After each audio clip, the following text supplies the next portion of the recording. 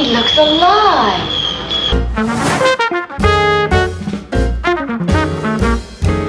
Hi and welcome to Terry Talks Movies. It's Science Fiction Saturday again.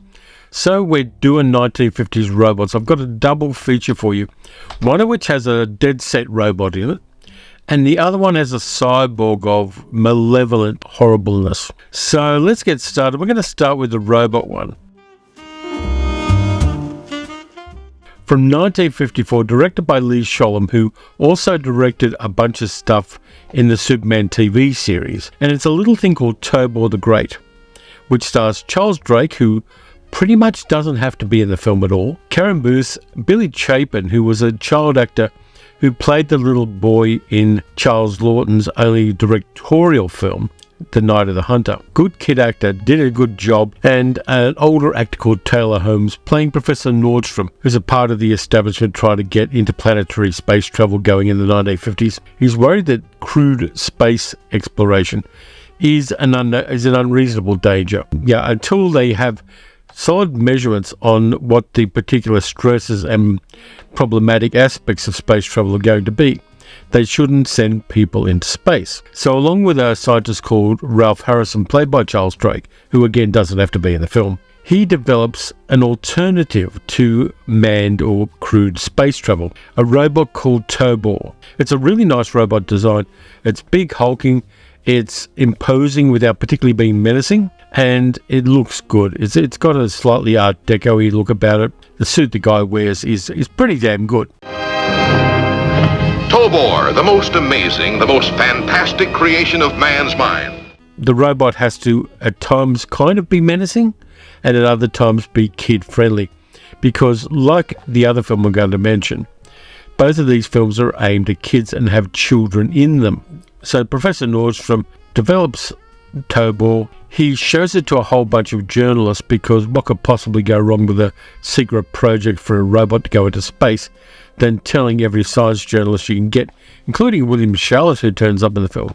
And he does that, and then after they do the little presentation for all the journalists, they realise that there were 13 journalists there when there should have been 12. Security wasn't too tight, even though he does have an electric fence all the way around his estate, and he has a kind of trigger-happy guard to look after things. So enemy agents have got news of Tobor and are trying to get all the formulas and all the things that Professor Nordstrom has to control Tobor.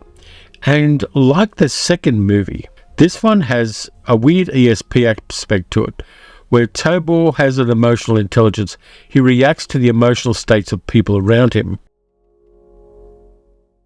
and can be potentially telepathically controlled. Now, the little kid played by Billy Chapin, his nickname is Gadge because he likes gadgets.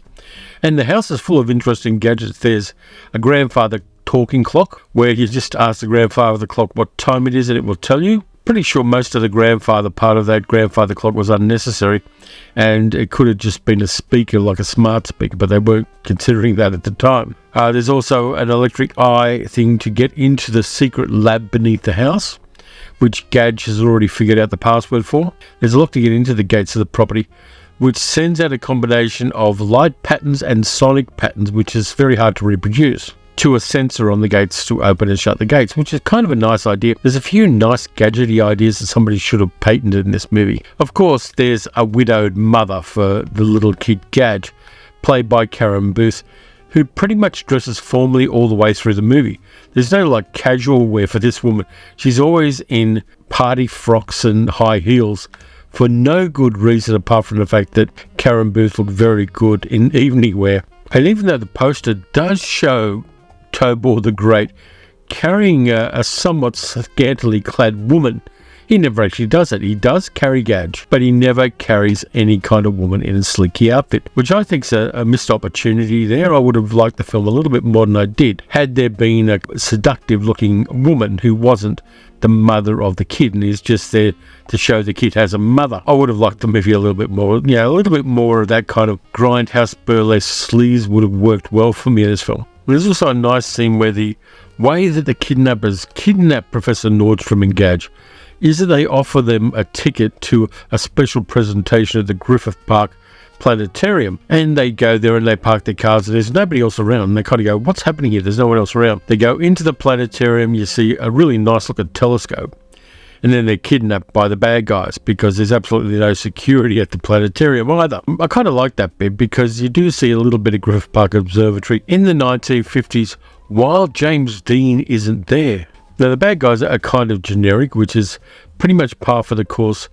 As I said, Lee Sholem worked a lot on the Superman TV series, and some of the aspects of the bad guys kidnapping people and the robots stopping a car from moving and all of that play a little bit like some of the scenes in the Superman TV series of George Reeves. And I kind of like that. It's a little bit nostalgic for me, but it's still, it's kind of a mid-level science fiction movie of the 1950s. Great production design. The laboratory is pretty well designed too. But there are some mad scenes of Tobor riding a jeep around because Professor Nordstrom has a way of communicating with him remotely, which looks like a pen and a hearing aid. When they're kidnapped, they manage to contact Tobor, and Tobor starts finding out where they are and tracking them down. And so you get this enormous robot sitting in a jeep, pounding along desert trails in a jeep, and that kind of plays to my sense of the absurd, because it didn't look like the feet on the robot would particularly play well with brakes and clutches and accelerator pedals, but nonetheless somehow it manages, because if you can control a spaceship, you probably can control a jeep. There is a really problematic aspect while Gadge and Professor Nordstrom are kidnapped by the bad guys because they're both tied up. They have to untie the professor so he can write out this long formula to give them all the secrets they need to build their own Tobor. And he kind of arcs up and tells them he's not going to do it. So they rip the back of Gadge's shirt, and one of the henchmen turns up with a blowtorch in his hand. And the idea of somebody willing to blowtorch the back of a child to get a secret plays a little edgier than you'd expect in this kind of a movie. It does have that really odd moment of peril, which is not overplayed. They kind of play lightly with that image, but it's still pretty friggin' horrible and pretty menacing in a really interesting way. Now, Tobor was actually designed by Gabriel Sconomilo and built by a guy called Mel Arnold, who also worked on Gort in The Day the Earth Stood Still. A lot of people think it was designed by Robert Kinoshita, who did Robbie the Robot, but it wasn't. These other guys actually did it, according to various authorities on movie robots. And there is an online company that will sell you a full-size Tobor replica, but at a very high price. So if you ever win the lottery and you want to have a full-size Tobor the Robot, you can find a way to get one. This movie was made by Republic Pictures and was very much a low-budget effort. And it shows in various places, but still it's engaging. It moves along fairly quickly. The leads are, for the most part, pretty bland, except for Billy Chapin playing the kid. And yet the robot itself is kind of iconic. And while it never actually says anything and doesn't have a voice, the physicality of it and the way that it's shot and the way that it's moved by the robot operator gives it a personality in a very strange way. It might have been an easy option to give it a voice and give it some dialogue, but I'm kind of glad they didn't do that, because for the purpose the robot was built, which is traveling in space and piloting a spaceship, if there's a radio signal to go back to Earth in communication, the robot never actually has to speak. It just has to be able to generate a radio signal. And so it's a smart design, and you have to do a lot of process work to make a robot voice work, which the second movie I'm going to talk about will show. But having that silent, sometimes menacing, sometimes affectionate robot, which is reactive to the emotional states of the people around it, is kind of interesting.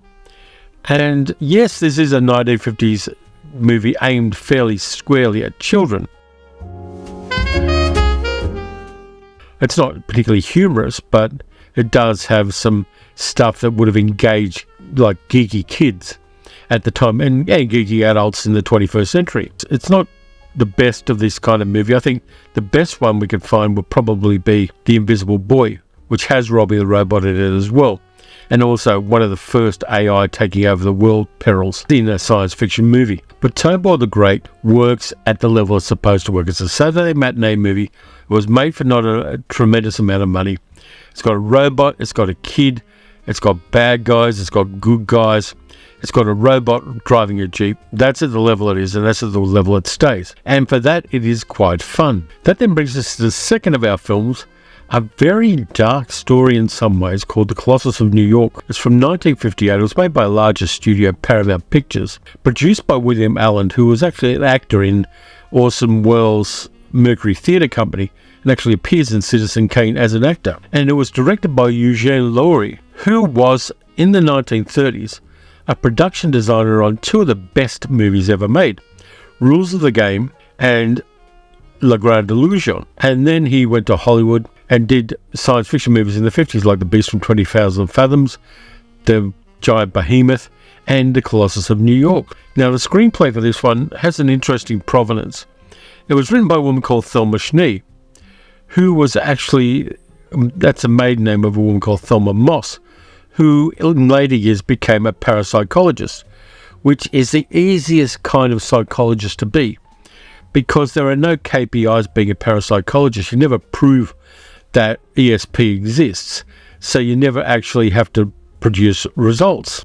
And the story is pretty dark. A brilliant scientist called Jeremy Spencer, played by Ross Martin, who later turned up in the Wild Wild West, and does really good in the voice acting for the Colossus, and also in these initial scenes, playing this genius, kind of slightly unworldly scientist, whose father is a brain surgeon, played by Otto Kruger, and whose brother is lusting after his wife, Marla Powers. And Ross Martin does a nice job of this. By the way, Ross Martin was born in Ukraine, and so he's Ukrainian of origin. And of course, he moved to America at a very young age and became an actor and was in the Wild Wild West and a whole bunch of other things, and died in his early 60s of a heart attack. And Marla Powers, I remember and I love, because she was Roxanne in the version of Cyrano de Bergerac for which Jose Ferrer won an Academy Award, the one from 1950, which I think is still in the public domain, though that's a little bit of a grey area at the moment. But I like Marla Powers, and she gives the kind of thankless role of the kid's mother a little bit of depth and some really nice acting. And I like the way she approaches a fairly minor role in the movie. Now, the lustful brother is played by an actor called John Barragray, who is a piece of shit in this movie.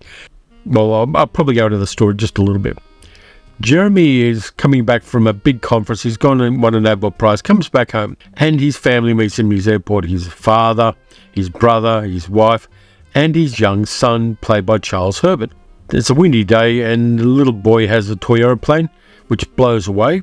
Jeremy runs after the plane to get it for his son, because that's what you do, and gets hit by a truck and killed.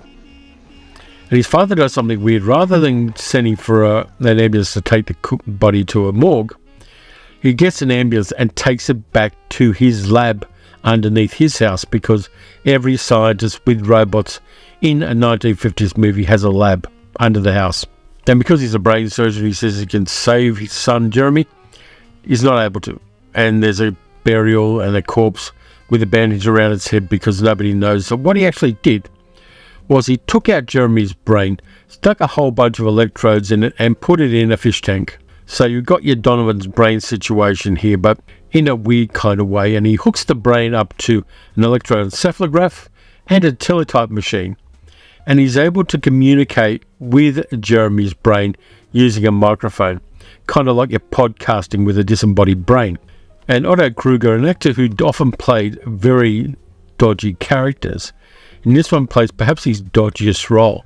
Now, of course, the wife, whose name is Anne, played by Marla Powers, thinks her husband's dead, as indeed does the young boy Billy, played by Charles Herbert, who is not as good a child actor as Billy Chapin is in the first movie. But eventually, with the assistance of Henry the brother, they create a body to put Jeremy's brain in.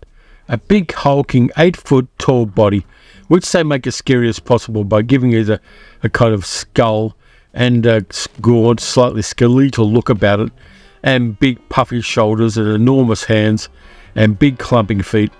They actually put a 7-foot tall actor into the costume, and it weighed a hell of a lot on this guy. So he's clumping around, and they had to undercrank a lot of the footage of the Colossus walking to make it look like he's walking faster. And you can kind of tell that the footage has been undercranked because of the way it moves. Kind of like Cliff Steele, the character voiced by Brendan Fraser in Doom Patrol. Very much a progenitor of Cliff Steele, and he's not happy. He looks monstrous. He's got a voice with a lot of electronic buzz and fur to it. His wife thinks he's dead. His kid thinks he's dead. And his father is using him for his own purposes, doing calculations and inventing things. But then Jeremy finds out something. He gets ESP. He sees a couple of ships collide out at sea because he can see things at a long distance. And that surprises everybody because they thought they were scientists, and what they actually are is parapsychologists now. And also, Jeremy finds out that he can hypnotize people using the flashing lights in his eyeballs. He hypnotizes his father to get control of him. And meanwhile, on the anniversary of his death, he's wandering in the gardens of the property and arranges to meet with his son and tells his son that he is a giant. Are you a good giant or a bad giant? Well, I try to be good, but it isn't easy. He tries to make friends with his own son while in this monstrous hulking steel body. Meanwhile, he's going mad because he can't touch anything, he can't smell, he can't taste. He's locked into a very narrow range of normal inputs for a human brain, which is why he developed supernatural powers. And then he goes mad. And you end up with this really crazy climax in the United Nations building, where there's a kind of memorial service for Jeremy, where he starts zapping everybody around with beams coming out of his eyeballs. All ends up in tears. And it's a bold movie and kind of tries to deliver a lot with very little as far as budget and sets and acting for that matter is concerned. But it's still kind of fun. There's some interesting scenes where the Colossus, the way he gets around New York City, because traffic's really horrible there, is he walks underwater across the East River or across the Hudson River or whichever one. I think it's the East River that's closest to the United Nations building. But yeah, he gets around by walking underwater because it's a little bit of a way of keeping a low profile. When you're a 9-foot tall robot with a glowing skull and glowing eyeballs, works really well. Things don't end well for the brother, Henry, who is basically sucking up to the wife, Anne, by saying, hey, you guys want to take a trip to Hawaii? Yeah, that doesn't play well. And, I mean, he's about a 40-year-old guy. Why the hell hasn't he had a girlfriend before now? So basically, he's an overaged incel with nefarious and quite lustful intentions towards Anne. But, of course, she's played by Marla Power, so I can kind of understand why. But still, to a modern audience, that character plays really badly and comes to a bad end, which I am not unhappy about. It's a bit of a bold movie for its time. And even though the relationship between Jeremy and his son Billy feels really, really strange when he's in this giant hulking body, you can kind of understand it. And Eugene Lowry does a good job with the direction. He, being a production designer, knows how to make things look right. And there are times when Jeremy in the Colossus body looks really strange and menacing in the best possible way. It does have a certain frisson of fear when you look at some of the shots of that character. It's not high-grade entertainment. It is. I'm kind of trying to work out who the audience for this one is. Probably science fiction fans, well, definitely science fiction fans. But it's still a little bit much for a kid, I think, to see this one, because it starts out with a father getting killed and then turning up in a creepy body to meet his kid up again. Now, maybe that's just me, because I had a not entirely dissimilar relationship with my father, who turned up at odd places when he didn't have custody of my brother and I, and stalked us at various times. But it just feels, probably because of my background, very much off. Nonetheless, it's part of that 1950s arc of technology being used for nefarious purposes and wrong-headed purposes and amoral or immoral purposes. And Otto Kruger does a nice job of playing the older scientist as well. I liked him in a lot of movies, and in this one, he definitely gives us a father who loves one of his sons much more than the other, and will go to extraordinary lengths to prolong and make incredibly miserable the life of his son. From that point of view, really interesting. So there are the two movies for this time around. One's got a dead set robot in it, the other one's got a tragic and malevolent cyborg. So you got 50 cents each way on these movies. But they are of their time. They're a bit of fun to revisit. And like many of these kind of low budget movies of the time, they speak to the way the world was seen by the time, where technology was an opportunity and a threat, and where uncontrolled and without any kind of ethical structure, bad things can happen. So that's it for this time around. Thanks a lot for watching. If you enjoyed this video, please like, subscribe, leave a comment, hit the notification bell. You can also support the channel by becoming a channel member, or else by becoming a patron at patreon.com/Terry Talks Movies. Next up, I've got a couple of modern films that just came out that I watched, one of which I like, one of which I have problems with, but I've got a little insight into that will make this review somewhat different than some of the other reviews of the film. So until then, watch some good movies, watch some bad movies, watch some robot movies, watch some cyborg movies, and I'll catch you next time.